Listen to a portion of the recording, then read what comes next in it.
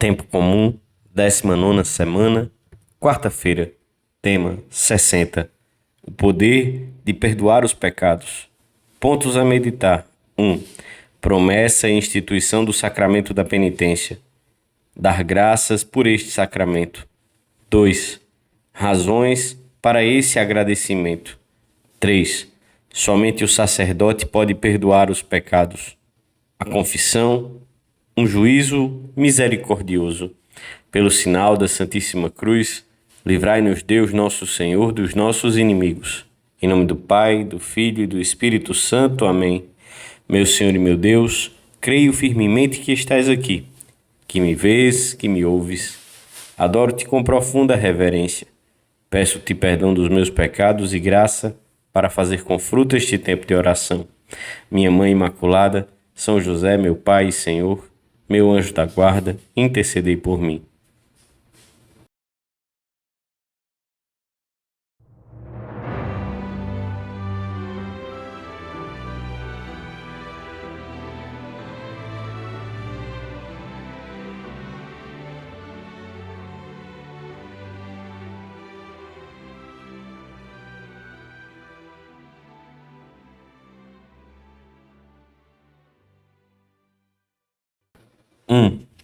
Jesus conhece bem a nossa fraqueza e debilidade. Por isso instituiu o sacramento da penitência. Quis que pudéssemos corrigir os nossos passos quantas vezes fosse necessário. Tinha o poder de perdoar os pecados e exerceu-o frequentes vezes, com a mulher surpreendida em adultério, com o bom ladrão arrependido na cruz, com o paralítico de Cafarnaum. Veio procurar e salvar o que estava perdido, também atualmente nos nossos dias. Os profetas tinham preparado e anunciado esta reconciliação totalmente nova do homem com Deus. Assim o refletem as palavras de Isaías. Vinde e entendamo-nos, diz o Senhor. Ainda que os vossos pecados sejam como escarlate, tornar-se-ão brancos como a neve, e se forem roxos como o carmesim, ficarão brancos como a branca lã. Foi essa também a missão de João Batista, que veio pregar um batismo de penitência para a remissão dos pecados. Como pode, então, haver quem se estranhe de que a Igreja pregue a necessidade da confissão? Jesus revela especialmente a sua misericórdia na atitude que manifesta com os pecadores. Eu tenho pensamentos de paz e não de aflição, declarou Deus por boca do profeta Jeremias. A liturgia aplica essas palavras a Jesus, porque nele se manifesta claramente que é assim que Deus nos ama. Não vem condenar-nos, não vem lançar-nos em rosto a nossa indigência ou a nossa mesquinhez. Vem salvar-nos, perdoar-nos, desculpar-nos, trazer-nos a paz e a alegria. O Senhor quis que o seu perdão estivesse ao alcance não só daqueles que o encontrassem pelos caminhos e cidades da Palestina, como também de todos os que viessem ao mundo ao longo dos séculos. Por isso, conferiu aos apóstolos e aos seus sucessores ao longo dos séculos o poder de perdoar os pecados. Prometeu-o de modo solene a Pedro, quando este o reconheceu como o Messias, e pouco tempo depois, lemos hoje no Evangelho da Missa, estendeu-o aos demais apóstolos. Tudo que atardes na terra será atado também nos céus, e tudo o que desatardes na terra será desatado também nos céus. A promessa tornou-se realidade no próprio dia da ressurreição. Recebei o Espírito Santo. Aqueles a quem perdoardes os pecados, ser-lhes-ão perdoados, e aqueles a quem os retiverdes, ser-lhes-ão retidos. Foi o primeiro presente de Cristo à sua Igreja. O sacramento da penitência é uma portentosa expressão do amor e da misericórdia de Deus para com os homens, porque Deus, mesmo ofendido, continua a ser nosso Pai, mesmo irritado, continua a amar-nos como filhos. Só procura uma coisa: não ter de castigar-nos pelas nossas ofensas, ver que nos convertemos e lhe pedimos perdão. Vamos dar graças ao Senhor na nossa oração de hoje, pelo dom tão grande que significa podermos ser perdoados dos nossos erros e misérias.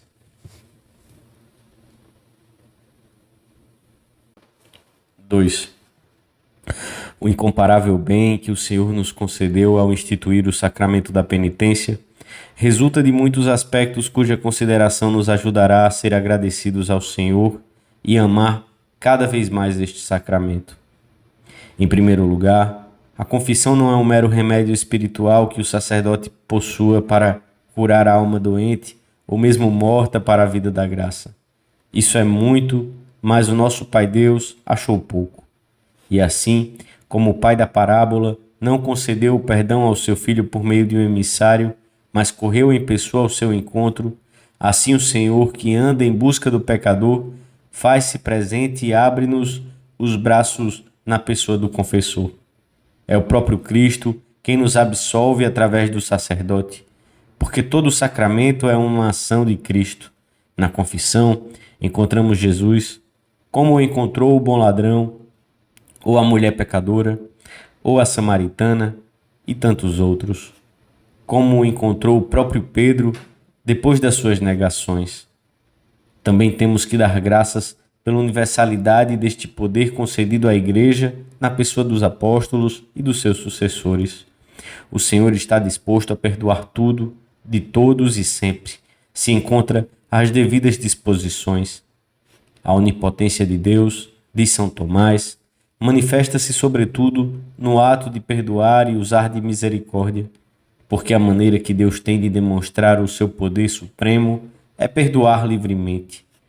Jesus diz-nos: eu vim para que todos tenham vida e a tenham em abundância. Na confissão, dá-nos a oportunidade de esvaziarmos a alma de toda a imundície, de limpá-la bem. Pensa que Deus quer que transbordes de mel. Se estáis cheios de vinagre, onde irá depositar o mel? Primeiro é necessário esvaziar o recipiente daquilo que contém. É preciso limpá-lo, ainda que com custo, a força de esfregá-lo, para que seja capaz de receber essa realidade misteriosa. Com esse pequeno esforço, que consistirá no exame de consciência diligente, na dor e nos propósitos de emenda bem feitos, sempre em torno da recepção frequente do sacramento, o Espírito Santo irá forjando na nossa alma a delicadeza de consciência. Não a consciência escrupulosa, que vê pecado onde não há, mas a finura interior que fortalece a decisão de abominar o pecado mortal e de fugir das ocasiões de cometê-lo, ao mesmo tempo que faz crescer o sincero empenho em detestar o pecado venial. Deste modo, a confissão robustece-nos a confiança na luta, e quem a pratica nota que se trata, sem dúvida, do sacramento da alegria. Com a eficácia silenciosa da sua ação incessante, o Espírito Santo vai nos dando, através do sacramento da penitência, o sentido do pecado. Ensina-nos a doer-nos mais, a avaliar com outra profundidade o que significa ofender a Deus, e infunde em nós um espírito filial de desagravo e de reparação. Por isso, a confissão pontual, contrita, bem preparada, é uma manifestação inequívoca do espírito de penitência. Agradeçamos ao Espírito Santo que tem incutido nos pastores da Igreja a preocupação de fomentar a prática da confissão frequente. Com ela, progredimos na humildade, combatemos com eficácia os maus costumes até desarraigá-los. Enfrentamos os focos de tibieza, robustecemos a vontade e a graça santificante aumenta em nós em virtude do próprio sacramento. Quantos benefícios o Senhor nos concede através deste sacramento.